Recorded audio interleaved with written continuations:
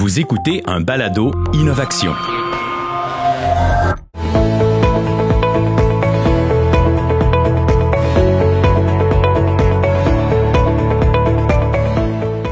Bonjour à toutes et à tous, quel plaisir de vous retrouver ce matin après notre troisième Innovation Plus.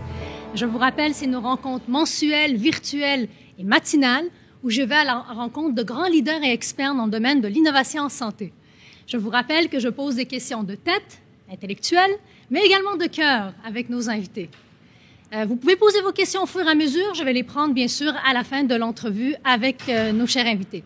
Je vous présente ce matin M. Laurent Simon et M. André Falleros. Bon matin, chers messieurs collègues. Bonjour. Bonjour. Alors, sans plus tarder, on y va avec notre première question de tête, mais avant, j'aimerais vous présenter Laurent Simon. Laurent est professeur à HEC Montréal depuis 2000.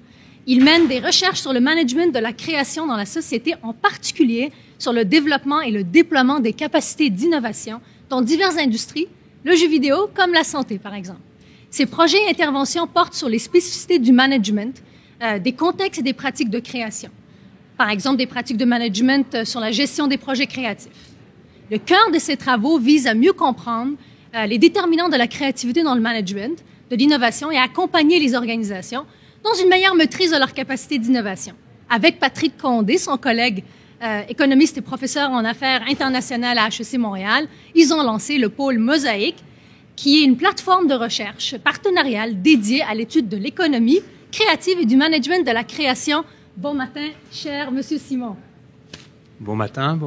Bonjour Cathy, bonjour à toutes et à tous. Merci de nous recevoir ce matin. C'est réciproque. Merci beaucoup, Laurent, d'être là. Donc, pour la première question de tête, j'imagine que vous êtes prêts? Toujours prêt. Pourquoi est-ce important de promouvoir la créativité individuelle, d'équipe et organisationnelle? Alors merci pour cette question, Cathy. La première réponse instinctive, ce serait de dire, la réponse simple, ce serait de dire la créativité, c'est la vie. C'est probablement l'une des capacités humaines les plus distinctives. L'empathie, la compassion, l'abstraction, mais aussi la créativité, le fait de se projeter, d'avoir envie de faire des choses, d'avoir envie de changer le monde dans lequel on vit. Alors créativité individuelle, pourquoi? Parce qu'on vit aujourd'hui dans des organisations qui sont confrontées en permanence au changement, à des crises, qui ont besoin de mobiliser les idées de tous. Créativité d'équipe, parce qu'en général, on peut avoir une idée seule, mais pour l'amener plus loin, on va devoir travailler ensemble, on va devoir combiner, on va devoir se critiquer, on va devoir apprendre les uns des autres. Puis créativité organisationnelle, parce que l'un des grands défis de nos organisations, c'est de créer des contextes favorables. Des contextes où les individus vont avoir le goût de s'exprimer, de partager des idées, d'échanger, au-delà et en deçà des frontières organisationnelles et des silos. Et puis on pourrait même dire créativité sociale, sociétale, l'ouverture vers l'extérieur, l'inclusion des patients, par exemple, ou des aidants naturels, l'inclusion et des citoyens, l'inclusion des entrepreneurs, de plus en plus aujourd'hui. Donc c'est le défi qui s'offre à nous aujourd'hui. Merci Laurent. Donc maintenant, autour d'André Falleros. Bonjour André. André est brésilien d'origine. Il a fait ses études en musique d'abord au Brésil, puis en France et au Canada. Il évolue en tant que bassiste, directeur musical et compositeur, collabore avec des dizaines d'artistes d'ici et d'ailleurs et compose pour divers artistes, séries, web et documentaires. En 2006, il a fait partie d'une tournée nord-américaine du Cirque du Soleil en tant qu'artiste et en 2008, il rejoint leur équipe de casting comme dépisteur artistique. En 2010, il assume le rôle de chef de dépistage jusqu'en 2020. Il supervise le recrutement d'artistes de toutes disciplines et pour tous les spectacles du Cirque du Soleil. Et aujourd'hui, il assume le poste de chargé de programme en arts médiatiques au Conseil des arts et des lettres du Québec. Bon matin, cher André. Bonjour, Cathy. Merci beaucoup pour l'invitation. C'est un plaisir d'être avec vous. C'est réciproque. Alors, Monsieur Falleros, pour votre première question de tête, oui. Vous avez œuvré dans plusieurs milieux artistiques. Et aujourd'hui, vous êtes au Conseil des arts et des lettres du Québec. Oui, quel est l'impact concret que vous notez sur le terrain d'une forte culture de créativité? On voit, merci, très bonne question. On voit vraiment que les pôles d'innovation ou les villes où il y a une forte créativité, où il y a, comme on peut, Montréal, Barcelone, ou Brooklyn, ou Williamsburg, ça peut être même un quartier, le Myland, par exemple, à Montréal. On voit que quand plusieurs têtes créatives se mettent ensemble et sont dans un même lieu, le transfert de connaissances se fait beaucoup dans les couloirs ou dans les bars, dans les restaurants, un peu moins maintenant, mais il se fait quand même sur Zoom. Alors, je dirais que cette culture ou cet écosystème, ou comme Laurent le dit, un middle ground très fort, permet vraiment de accélérer ou de pousser plus loin les capacités de chacun ou des entreprises qui font partie. Puis, tu as voyagé à travers le monde. As-tu noté des différences territoriales? Oui, tout à fait. Au niveau artistique, particulièrement, il y a une différence assez marquée de la façon où les artistes se rencontrent. En Amérique du Nord ou en Europe, il y a beaucoup plus d'institutions, d'enseignement ou des centres culturels. Et en Afrique ou au Brésil, par exemple, ces rencontres-là se font beaucoup plus dans des maisons ou dans la rue. Super intéressant. Merci. Deuxième question de tête pour vous, Monsieur Simon. Quels sont, selon vous, les défis auxquels les gestionnaires font face pour amplifier la créativité et le levier qu'ils peuvent utiliser? Merci. Évidemment, une bonne question. Souvent, quand on touche à ces questions-là, quand on échange, on questionne des gestionnaires, je les challenge souvent sur quelle est la vraie ressource rare de la créativité et de l'innovation.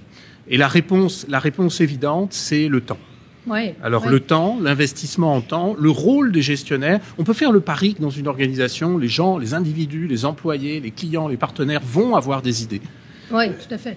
Le défi, c'est de créer des espaces et des temps où ces idées vont pouvoir être exprimées, ces idées vont pouvoir être partagées et de se donner le temps aussi régulièrement d'y revenir. Il suffit pas de faire un petit brainstorm par an, mais régulièrement de revenir sur le développement des idées, la conversion des idées en valeur, d'accepter le fait qu'une idée, c'est un processus qui demande du travail, de la concrétisation. Donc le premier défi, je dirais, c'est créer ces espaces et ces temps où on va se dédier à essayer d'imaginer le monde autrement, de changer le monde. Puis les leviers qu'un gestionnaire peut utiliser? Les leviers, un des leviers très puissants, on dit souvent, c'est un poète français qui disait « L'homme ne vit pas seulement de pain, on vit beaucoup de sens ». Donc quel est le sens qu'on va donner au projet? Puis je trouve que le sens fondamental, c'est de faire comprendre à un individu, à un collectif, qu'on va aider quelqu'un.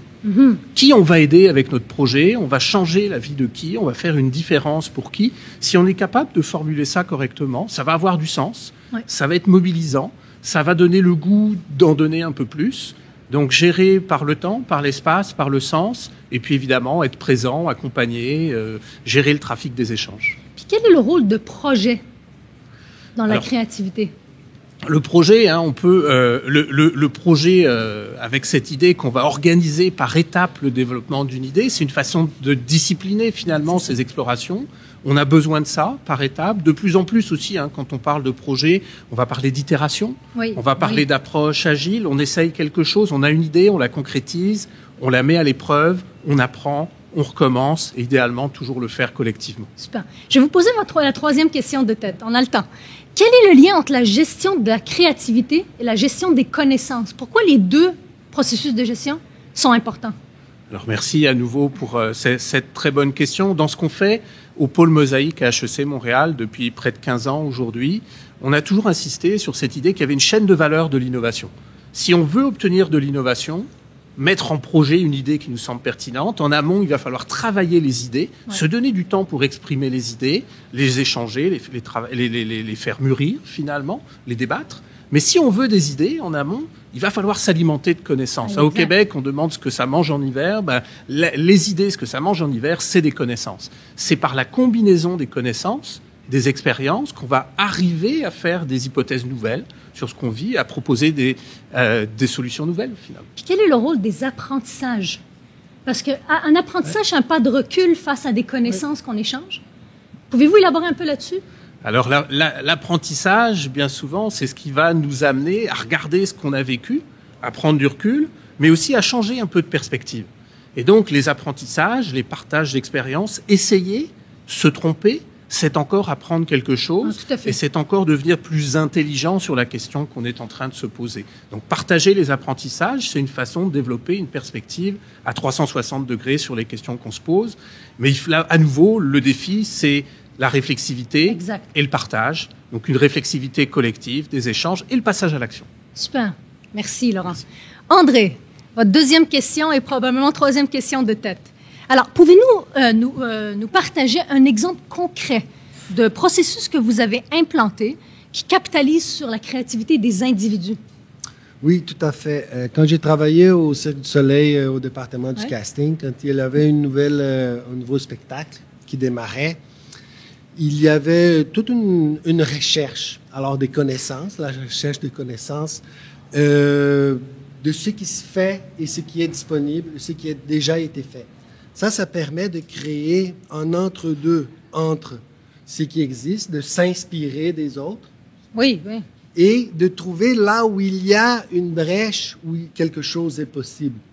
Alors ça, c'était une des manières. Et évidemment, des remue-ménages, des brainstorms, mais les brainstorms efficaces, selon mon expérience, c'est les brainstorms qui, au contraire de dire que tout est possible, c'est de donner un cadre assez spécifique parce que on dit souvent il faut penser en dehors de la boîte, mais il faut savoir c'est quoi la boîte. Oui, tout à fait. Alors c'est important de connaître ça. Quelles sont les limites que nous avons? Par exemple, c'est pas possible de faire du tissu à l'horizontale, parce que c'est comme ça. Alors c'est ça la boîte. Ça permet de dire comment on pourrait faire du tissu à l'horizontale, par exemple. Puis vous pensez pas que ça peut éteindre?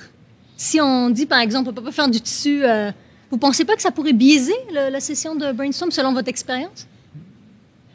C'est d'aller, de pousser cette limite, cette boîte un peu plus loin, puis de s'inspirer de ce qui se fait ailleurs, peut-être d'un autre milieu complètement. S'inspirer du monde médical pour faire du cirque, s'inspirer du monde des affaires pour faire une peinture. C'est possible d'aller chercher, ou de la boxe, d'un sport, c'est très efficace, s'inspirer sur les principes d'un sport, parce que la compétition est aussi partie de la game, si on peut dire, de l'innovation. Quand même, c'est lui qui arrive avant, il y a un avantage. En même temps, il faut prendre le temps. Mais une autre chose, je dirais, c'est créer ce climat de coopétition. Ah oui, oui. Ça veut dire entre la compétition, intra-unité, on voit que, par exemple, 2 départements peuvent se disputer les mêmes ressources. Et parfois ne partagent pas toute l'information qu'ils ont non plus. Alors ça, c'est quand même bon, mais ça peut aussi freiner s'il n'y a pas justement ce partage de connaissances, comme Laurent il disait, entre unités. Alors, je dirais que oui, c'est bien d'avoir 2 départements qui sont un peu en compétition, mais aussi qui puissent partager les connaissances. Qui collaborer. Partager les connaissances qu'ils acquièrent au fur et à mesure. Pouvez-vous donner un exemple concret de transsectorialité? Vous avez vu vraiment la créativité s'amplifier par le croisement, par exemple, entre la santé et le cirque, entre la boxe et la musique, par exemple. Pouvez-vous donner un exemple concret? Oui. En art, en musique, qui est plus ma spécialité, que je connais plus, on voit souvent que nos influences, ce qu'on aime. Par exemple, moi, c'est Miles Davis et Pink Floyd. Et Tom Jobim. Alors, ce que j'aime, j'absorbe ces connaissances-là et peut-être par un insight ou peut-être par un processus, je me donne un défi, il faut que je compose ou j'ai une commande. Je mélange ces éléments de façon structurée ou pas, mais je dirais c'est ça, c'est utiliser ce qu'on aime, ce qui nous inspire, ce qui vient nous chercher, ce qui amène l'émotion, parce que la créativité, c'est intrinsèque et extrinsèque, c'est émotion et c'est cognitif. Alors c'est la balance entre les deux, je dirais. Très intéressant, merci. Alors passons aux questions de cœur maintenant. Monsieur Simon, votre première question de cœur. Partagez-nous un moment où vous avez été particulièrement touché par la créativité d'un ou d'une de vos étudiants ou d'un partenaire, d'un entrepreneur. C'est une belle question. Puis il y en a eu plusieurs des moments comme ça, en particulier cette année. Puis l'histoire que j'aimerais raconter, c'est comme tout le monde, on a dû travailler en ligne, enseigner en ligne, on a appris à faire. Puis il y a des côtés plus difficiles, puis il y a des côtés intéressants puisque la distance fait qu'on peut toucher des étudiants qui sont pas sur place. Et dans un de mes cours cet automne, j'avais une étudiante qui était en Chine, et qui donc se connectait à des heures un peu étonnantes de son lit, des fois s'endormait pendant les cours, et dont le projet au départ était de créer une école d'art à Shenzhen, une petite école dans un quartier qui est un quartier très familial.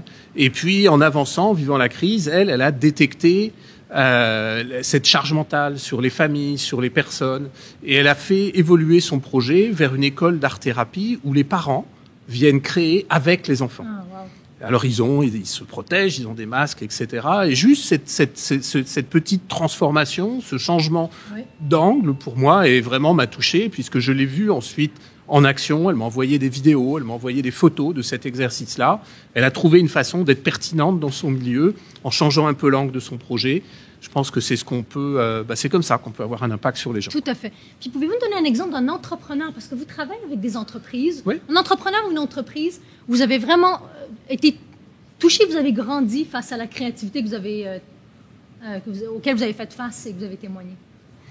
Alors, c'est un cas un peu similaire. Okay. C'est un cas un peu similaire. Je vais citer un étudiant que vous connaissez, je pense, s'appelle Édouard Ferron, que j'ai suivi pendant longtemps, qui a été un passionné, qui lui s'est découvert une passion pour l'entrepreneuriat, puis qui à un moment s'est demandé comment on peut aider avec une application, et qui a décidé de se dédier à accompagner des étudiants, des adolescents dans la prise en charge de leur stress et leurs émotions, et qui a travaillé avec plusieurs de ses partenaires pour développer une plateforme, donc une application, pour aider au fond cette prise en charge en se connectant avec des psychologues, mais aussi en développant cette relation communautaire à travers l'application. Ce que j'ai aimé, évidemment, c'est à nouveau l'angle. Oui. On veut aider, on veut faire une différence, mais aussi cette espèce d'abnégation. C'est quelqu'un qui a été dédié à son projet, il y a eu des hauts et des bas, puis qui a été capable de l'amener assez loin. Puis pourquoi l'enseignement vous fait grandir comme personne? Vous valorisez beaucoup l'enseignement, la recherche, évidemment. Pourquoi l'enseignement vous fait grandir? Pourquoi vous continuez à enseigner? Vous êtes professeur. Comment ça vous fait grandir? Moi, je dis souvent on parlait de la créativité comme capacité humaine. Je suis convaincu que c'est associé aussi à la curiosité. Que la curiosité, c'est quelque chose de très sain. Et je me définis souvent comme un curieux pathologique. Donc moi, j'ai besoin de continuer d'apprendre. Et enseigner, c'est continuer d'apprendre pour soi. C'est même très égoïste. Hein. On travaille des objets, on les présente, ça nous permet de continuer de réfléchir. Mais c'est aussi découvrir ces autres points de vue, ces autres perspectives, d'autres façons de voir le monde.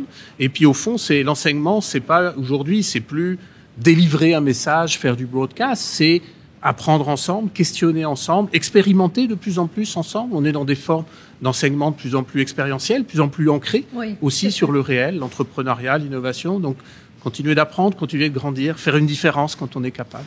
Merci Laurent. André, Monsieur Falleros, à vous, votre question de cœur. Pouvez-vous partager des rencontres que vous avez eues dans votre vie, dans votre carrière professionnelle ou personnelle, qui vous ont fait grandir comme personne? Je pense que, c'est sûr, on va parler des grands noms, mais des grands artistes, par exemple, j'ai pu côtoyer, travailler avec Robert Lepage.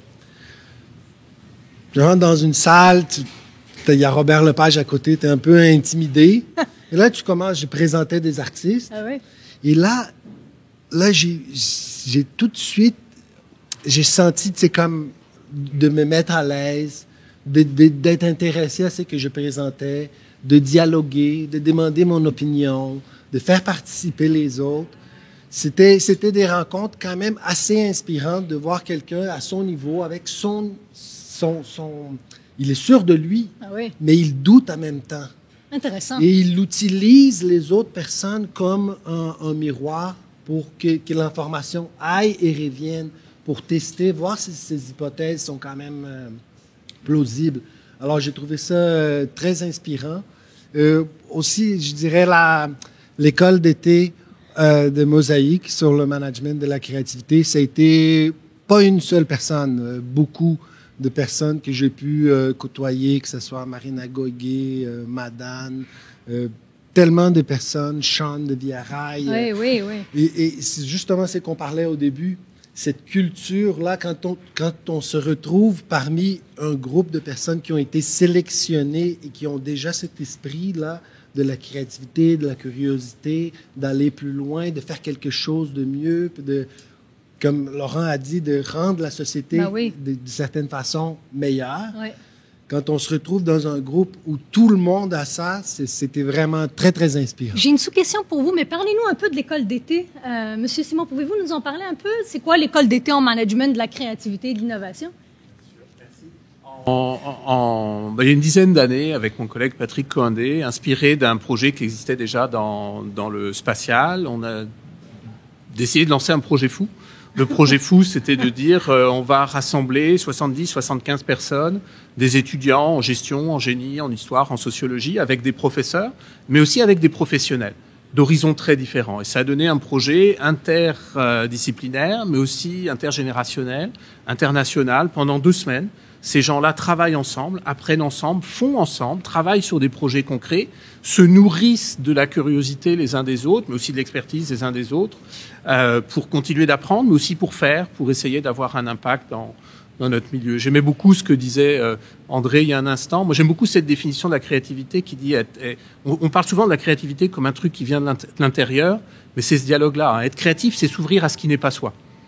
Et donc la collectivité, l'échange nous amène à être plus ouverts. Alors cette école, pour terminer sur ce projet, cette école d'été, elle se donne évidemment en ligne. Elle s'est donnée en ligne l'année dernière. Elle se donne en ligne cette année. Si vous êtes un peu curieux, venez voir sur le site Mosaïque. C'est une expérience de vie. Tout à fait. Je reviens à vous, André. Vous dites, l'exemple de Robert Lepage est un bon exemple parce que vous dites il est sûr de lui, mais en même temps, quand il échange avec vous, il se met dans une posture d'humilité et de vulnérabilité en disant « j'ai des doutes, qu'est-ce que vous en pensez ?» Oui. Comment vous voyez ça aujourd'hui? Parce que vous êtes un modèle de rôle pour d'autres aujourd'hui. Pourquoi ça, c'est important? Qu'on ait un modèle de rôle pour susciter la créativité dans un groupe, pourquoi c'est important de susciter cet échange-là, la curiosité, les questions farfelues? Pourquoi c'est important? C'est important parce que c'est partout. Être un mentor, c'est pas juste un professeur, c'est pas juste quelqu'un qui t'a poussé plus loin. Le mentorat, il est partout. Et tout le monde est d'une certaine forme un mentor. Ce qui est important, autant dans la position de que tu puisses montrer quelque chose ou pousser quelqu'un plus loin, c'est de le faire dans le respect, évidemment. Et de la personne qui le reçoit, de le prendre pas comme si ce que je fais, c'est pas bien. C'est que ce que je fais, ça peut être très bien, mais je peux faire les choses autrement, je peux le faire. Alors, je pense que c'est cette dynamique du mentorat qui est partout. Faut être ouvert à ça. Oui. Autant c'est lui qui peut partager, puis c'est lui qui peut recevoir, et puis éviter un peu de l'arrogance. Je pense que ça, c'est quand même un frein énorme à ce dialogue-là. Oui, tout à fait. Puis, parce que moi, j'ai participé, je pense, la même année ou la deuxième année ensemble à l'école d'été. Dans l'école d'été, on visite des secteurs. Dans le temps où on pouvait aller au cirque, moi, je suis allée au cirque, j'ai été beaucoup inspirée de des techniques de recrutement, vous mettez en place un espace de sécurité psychologique pour, même en entrevue ou pour quand les artistes apprennent. Puis, vous êtes venu, par exemple, au CHUM, à l'époque à Sainte-Justine. Comment ça vous a inspiré? On est passé, par exemple, du cirque à Ubisoft, à Bombardier, à Bell, au CHUM. Pourquoi ça, c'est important? Premièrement, de voir ce qui est commun. Moi, je pense que c'est super important de dire, OK, ceux qui font l'aviation, puis qui fait le Cirque du Soleil, ou qui fait Bell, ou qui fait le CHUM, il y a plein de choses qui sont les mêmes intentions, des processus. Ensuite, c'est l'analyse de l'information, puis l'étape de mise en place de cette information-là. Là, il y a des différences, parce que l'information, elle est différente. Au niveau de l'aviation, il y a plein de réglementations. Oui, tout à fait. Comme dans notre secteur. Comme dans votre secteur. Et ça peut nous aider, par exemple, ça a pu nous aider au Cirque du Soleil, disons, parce qu'il y a aussi des réglementations au niveau de la sécurité. Oui. Alors, comment ces réglementations au niveau de la sécurité peuvent venir nous aider, par exemple, dans notre processus de recrutement, que les gens puissent donner leur maximum tout en étant en sécurité. Tout à fait, tout à fait. Alors, dernière question pour vous. Au niveau personnel, quel est votre atout créatif qui a contribué significativement à votre carrière? Et pourquoi? Élaborez un peu. Moi, je dirais la curiosité également, mais une curiosité sans jugement.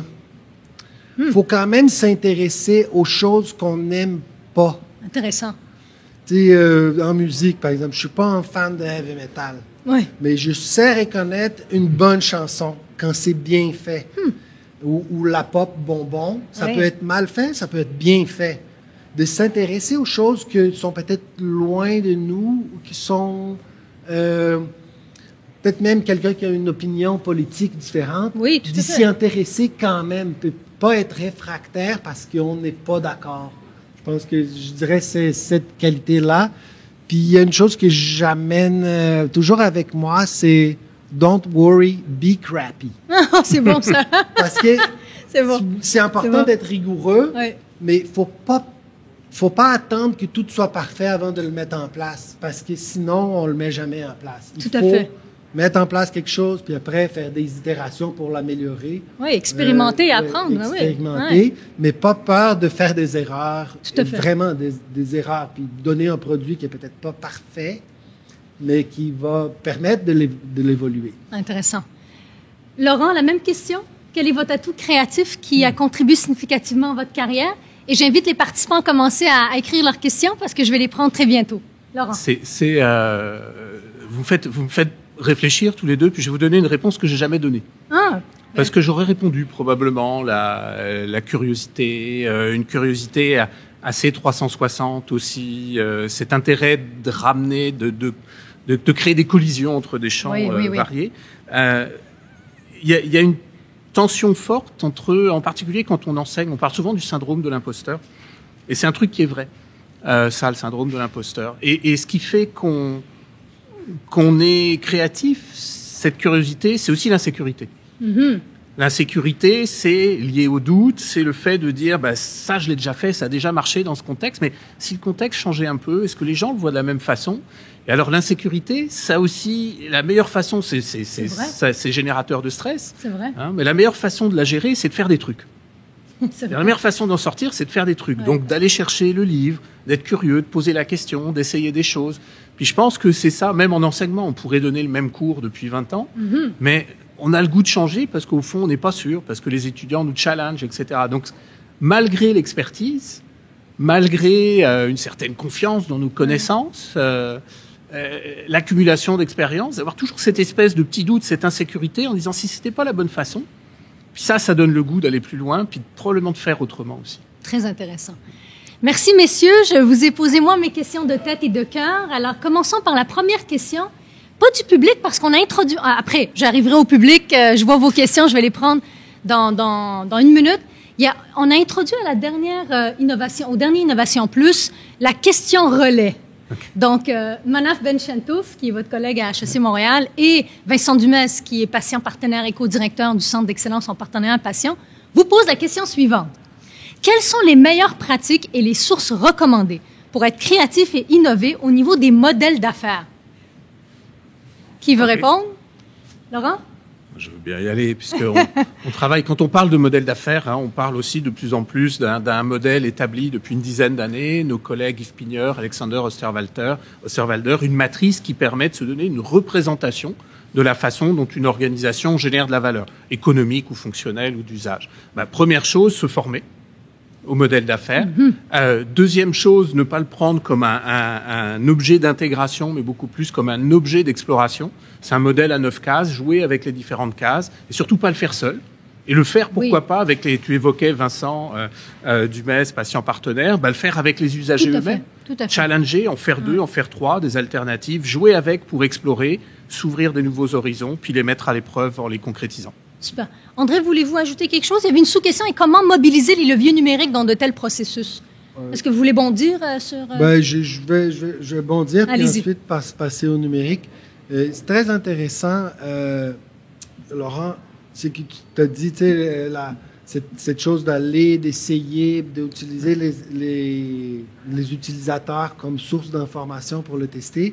Je dirais aussi de pas rester dans un modèle d'affaires parce que vous croyez que ça va fonctionner, mais que ça ne fonctionne pas.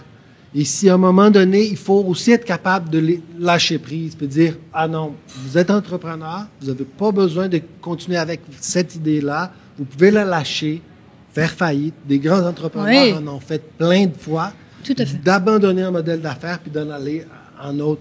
Parfois, on voit des entrepreneurs, ça c'est mon entreprise, surtout les PME, je veux rester, c'est mon... Puis parfois, on force trop, puis on se met beaucoup trop à risque. Ouais, tout à fait. Et au niveau du numérique, on a vu, c'est sûr que la situation présente a été comme un catalyseur de ça, parce qu'on a pu voir que beaucoup de choses pouvaient être déjà faites en ligne, puis qui ne se faisaient pas. Oui, tout à fait. Alors, il y a beaucoup de choses qui sont quand même évidentes qu'on devrait faire, d'avoir notre magasin en ligne pour notre commerce, d'avoir des outils de stockage de données accessibles un peu partout, que les gens puissent utiliser leur propre appareil. Ça, on a vu qu'il y avait beaucoup plus de choses qui étaient déjà possibles parce qu'on était forcés. Alors, les contraintes sont quand même... Ça pousse à la créativité des fois. Ça pousse à la créativité, puis ça nous force vraiment à faire des moves, comme on dit en anglais. Tout à fait. Merci beaucoup. Alors, sans plus tarder, prenons les questions du public. Il y en a beaucoup. Alors, je vais vous les relayer. Alors, première question de Claudia Ferreira, qui dit « Je suis étudiante en sciences infirmières et ma question est comment penser l'innovation et la créativité en tant qu'infirmière en milieu hospitalier? » Laurent, je vais vous les acheminer, les questions. Belle question. Le point de départ pour moi, c'est toujours le même. C'est aussi d'être à l'écoute des irritants. Qu'est-ce qui... puis on en connaît, on vit tous dans un univers où il y a des irritants. Donc repérer les irritants du quotidien, par exemple, les identifier, s'en faire des défis, puis pas le faire seul, partager avec les collègues. On a beaucoup parlé dans le milieu de la santé, des communautés de pratique. Moi, je crois à ce mouvement collectif. Partage d'expérience, partage d'idées, partage d'expérimentation, faire circuler les questions autant que les bonnes pratiques, s'arrêter de temps en temps aussi entre nous, réfléchir. Et puis, les infirmières, c'est la première ligne aussi, donc récupérer les questionnements, les inquiétudes des patients, se mettre aussi évidemment toujours en empathie à la place des patients.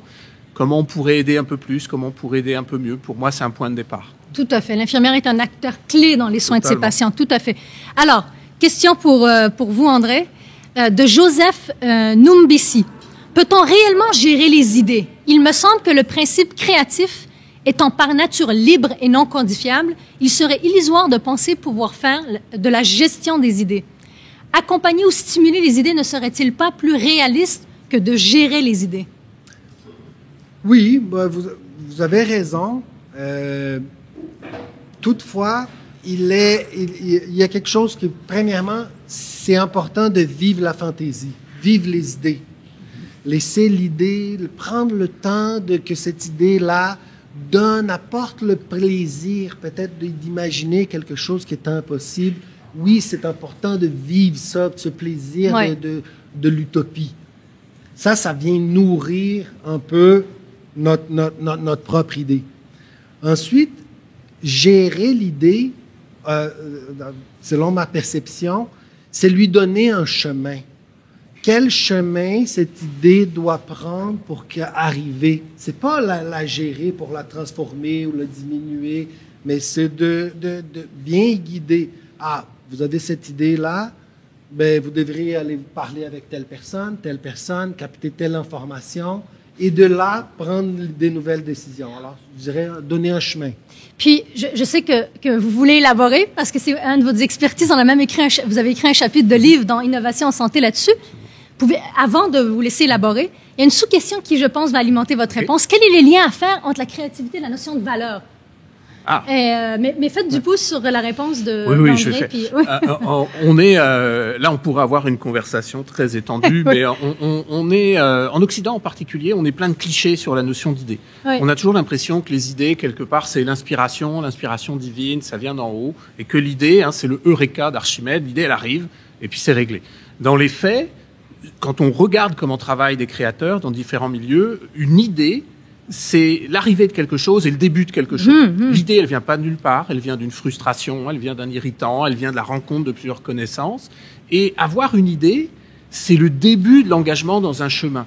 Alors gérer les idées, ça ne veut pas dire les forcer, ça veut dire créer un contexte, se donner des outils, des méthodes, pour faire en sorte, et je vais faire le lien avec la suite, que ces idées, elles puissent se concrétiser et faire une différence à nouveau dans la vie des gens. Et donc, gérer les idées, ça veut dire équiper cette démarche-là, équiper le chemin, équiper un idéateur dans sa capacité à prendre une idée, à la concrétiser, par exemple. Prototyper, c'est aussi gérer les idées. Ah, tout à fait. Il y a 2 commentaires avant que je vous pose une question. Donc, la première, merci pour cette super programmation de Inès des APHP de France. Merci aux APHP d'être parmi nous. Charlotte qui dit, je suis bien d'accord que l'école d'été, c'est trop top de top. Pour y avoir participé, je la recommande chaleureusement. Charlotte, Marion, merci. Alors, la question. Catherine, Catherine, avez-vous l'impression que cette COVID, période mondialement partagée, favorise la créativité et en quoi? Je ne sais pas qui veut répondre. Favorise André? La créativité. On a vu toutes sortes de nouveaux projets artistiques apparaître qui n'existaient pas. Des captations de spectacles qui n'étaient pas, pas faits pour être captés.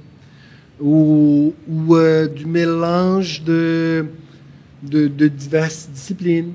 Ou l'occupation de certains espaces qui n'étaient pas occupés avant. Alors, au niveau artistique, il y a toute une panoplie de nouveaux projets. C'est sûr qu'il y a plein de freins puis plein de choses. Ben oui, toujours. C'est très difficile pour le milieu des arts. Je ne veux pas minimiser du tout. Mais quand même, ça a permis d'occuper des nouveaux espaces, de faire de l'art mural différemment. Alors, je pense que les espaces et les méthodes. Question, Laurent, de Nicolas Manissi. Quelles sont les plus grandes opportunités en termes d'innovation et de créativité que vous voyez dans la période actuelle? Pour faire écho aussi à la question précédente, on voit bien que le numérique, la mobilisation du numérique, etc., le fait de passer en ligne, d'apprendre à travailler à distance, il y a quelque chose de très puissant. Par ailleurs, dans la période actuelle, on vit cette crise, mais j'insiste souvent sur le fait qu'on était déjà en crise. Oui, c'est vrai. On était déjà en crise sociale, on était déjà en crise environnementale, les inégalités s'accroissent, et puis il y a quelques champs de besoins qui sont des espaces essentiels. Innover en santé, aujourd'hui, ça me paraît une évidence. Innover sur les questions environnementales, c'est une autre évidence. Innover pour favoriser l'inclusion, en voilà une troisième. Donc, on peut identifier un certain nombre d'espaces de besoins à partir desquels on devrait être capable de travailler. On travaille à Mosaïque sur la question de la mobilité ou du développement urbain, par exemple. Innover dans le maintien des pratiques créatives. On parle du milieu des arts et de la culture. On travaille aussi beaucoup sur ce milieu-là. On a vu énormément d'initiatives. Et puis, on se rappellera que les crises, c'est des grands leviers historiquement d'innovation. Alors évidemment, il y a le côté dramatique, mais comme être humain, on a aussi ce vitalisme, et puis ça nous amène à être résilient, à changer, à proposer. Je pense qu'il faut aussi à chaque fois passer à l'action. La pire chose, c'est probablement l'inhibition. Tout à fait. Et l'inaction aussi, l'inaction et l'inhibition. Et donc à un moment, il faut toujours, mais qu'est-ce que je peux faire, comment je peux le faire, avec qui? Et puis, c'est moteur de créativité. Une question pour vous, de Nathalie Beaulieu. Vous avez abordé les leviers de la créativité, temps, sens, espace. Pouvez-vous nous donner un exemple d'action structurante mise en place par d'autres organisations, qu'elles soient publiques ou privées, qui agissent sur les 3 leviers? Merci Nathalie pour la question. C'est une très belle question. Ça fait partie de nos travaux aussi à Mosaïque, avec Patrick Coindé et quelques autres depuis un certain nombre d'années. C'est le constat de l'émergence voulue ou pas toujours consciente d'espaces intermédiaires de l'innovation. C'est-à-dire de plus en plus, on voit des organisations qui se créent. Alors on utilise les mots qu'on veut. Lab, créatif, hub, incubateur, accélérateur, peu importe, on pourrait jouer sur le vocabulaire, mais de créer ou de laisser s'ouvrir des espaces où on va pouvoir rassembler des acteurs, des usagers, des clients avec des perspectives différentes, questionner ensemble et travailler ensemble à la concrétisation. Alors c'est fascinant de voir que depuis une quinzaine d'années, les organisations publiques, les organisations privées, les universités se sont créées ce type d'espace tiers, de ce qu'on appelle, nous, des middle ground. Voilà une initiative très, très concrète. Il y en a eu dans le milieu de la santé pôles d'innovation, évidemment. Il y en a à HEC, pôle. Le cirque s'était donné aussi le CILAB. On travaille avec l'École nationale du cirque qui s'est créé un lab aussi. Je pense que ça, c'est probablement un des éléments les plus structurants sur la gestion de la créativité et de l'innovation ces dernières années. Merci, Laurent. Najia Hashimi Idrissi pose la question suivante. Dans le système de santé, nous avons plusieurs boîtes qui, combinées, créent un frein important à l'innovation. Par exemple, les normes de pratique, les ordres professionnels. Comment faire une place à la créativité et l'innovation dans ce contexte? Qui veut répondre? Je peux essayer. C'est un gros défi, puis ça se répond pas puis, en quelques secondes, ni je suis un expert. Mais ma perception de l'extérieur est que oui, les normes sont là pour des raisons, mais les normes viennent du passé. C'est quelque chose, comme les lois, c'est quelque chose qui est par nature arriéré. Alors, il faut être capable de prendre l'information actuelle et venir challenger ces règles-là, voir si elles sont toujours pertinentes maintenant. Alors, oui, les lois, il y a des lois qui existent qui ne font aucun sens. Puisque le monde a changé, on ne peut pas circuler sur le dos d'une vache à Montréal. Mais on ne peut pas, mais personne ne va le faire. Alors, moi, je dirais que c'est ça, que les règles sont là pour des raisons. C'est souvent des bonnes raisons, mais il faut quand même les contextualiser, voir si elles sont toujours applicables. Oui, puis les challenger, puis les agiliser, tout à fait. Oui. Une question d'Astrid Kolic. Comment convaincre nos collègues les plus perfectionnistes du « don't worry, be crappy » Comment convaincre nos collègues les plus perfectionnistes?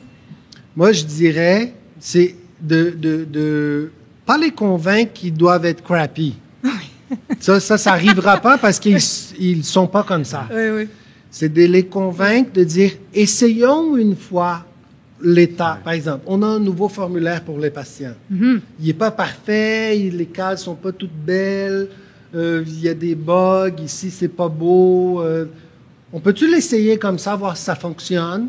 Si ça fonctionne, là, on a d'autres préoccupations, on va utiliser ce formulaire-là pendant un bout de temps, puis quand on aura le temps, on fera le review du formulaire pour qu'il soit parfait. Donc, prototype testé, oui, mais ça marche. Des fois, ça prend pas le formulaire parfait.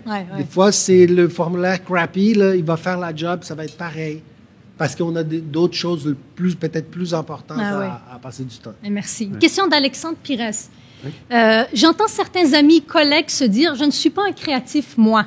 Comment libérer le côté créatif de ces personnes qui sous-estiment leur potentiel, leur pouvoir créatif?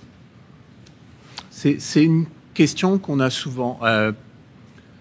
Si on adopte la perspective des neurosciences sur la créativité, c'est une perspective connexionniste qui nous dit si je suis capable d'associer deux connaissances hétérogènes et de regarder ce que ça donne, il va se passer quelque chose. Donc potentiellement, tout être humain, à partir du moment où on a une quantité certaine de neurones, a du potentiel de créativité. Après, le vrai défi, c'est faire. Tout le monde est créatif par nature.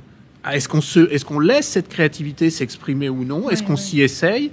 Il y avait une étude des années 50 qui montrait aussi que les milieux de travail tuaient la créativité. Étude qui montrait que chez General Motors, les employés étaient plus créatifs pour se rendre au travail que pour exécuter leurs tâches. Donc il y a un défi aussi d'ouvrir, pour relier peut-être avec le commentaire d'André plus tôt, d'ouvrir des petits espaces d'expérimentation, d'ouvrir des possibilités de faire, partir des irritants, partir de ce qui nous agace, nous, et puis se poser la question, si j'avais à faire autrement, ce serait quoi?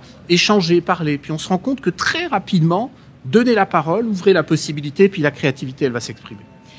Super, merci beaucoup à vous deux. Ça fait le tour. Il nous reste plus de temps pour les questions. Mais là, je vous ai donné un petit challenge de poser la question relais au prochain, qui est Dr Marc Girard, directeur des affaires médicales et universitaires au CHU Sainte-Justine, et Carole Jabé, qui est directrice scientifique des fonds de recherche du Québec. Alors, quelle est votre question relais? Laurent, puis après André.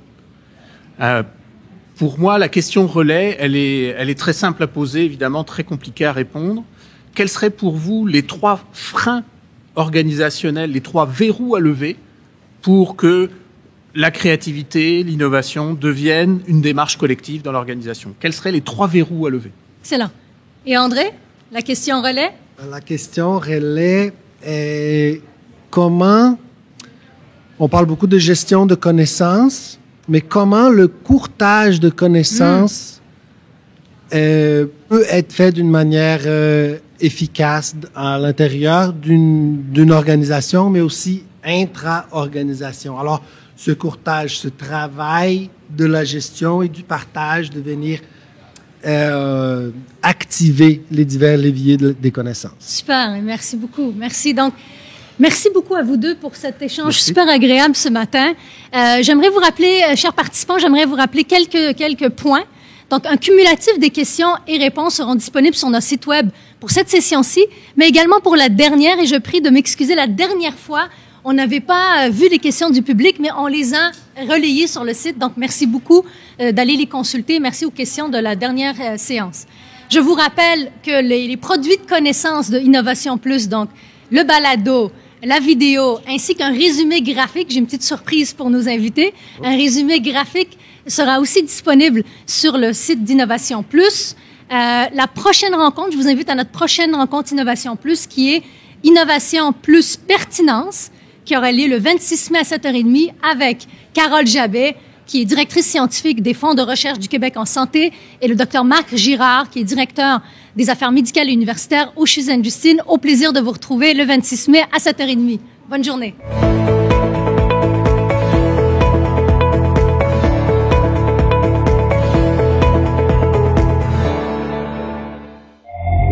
C'était un balado Innovation.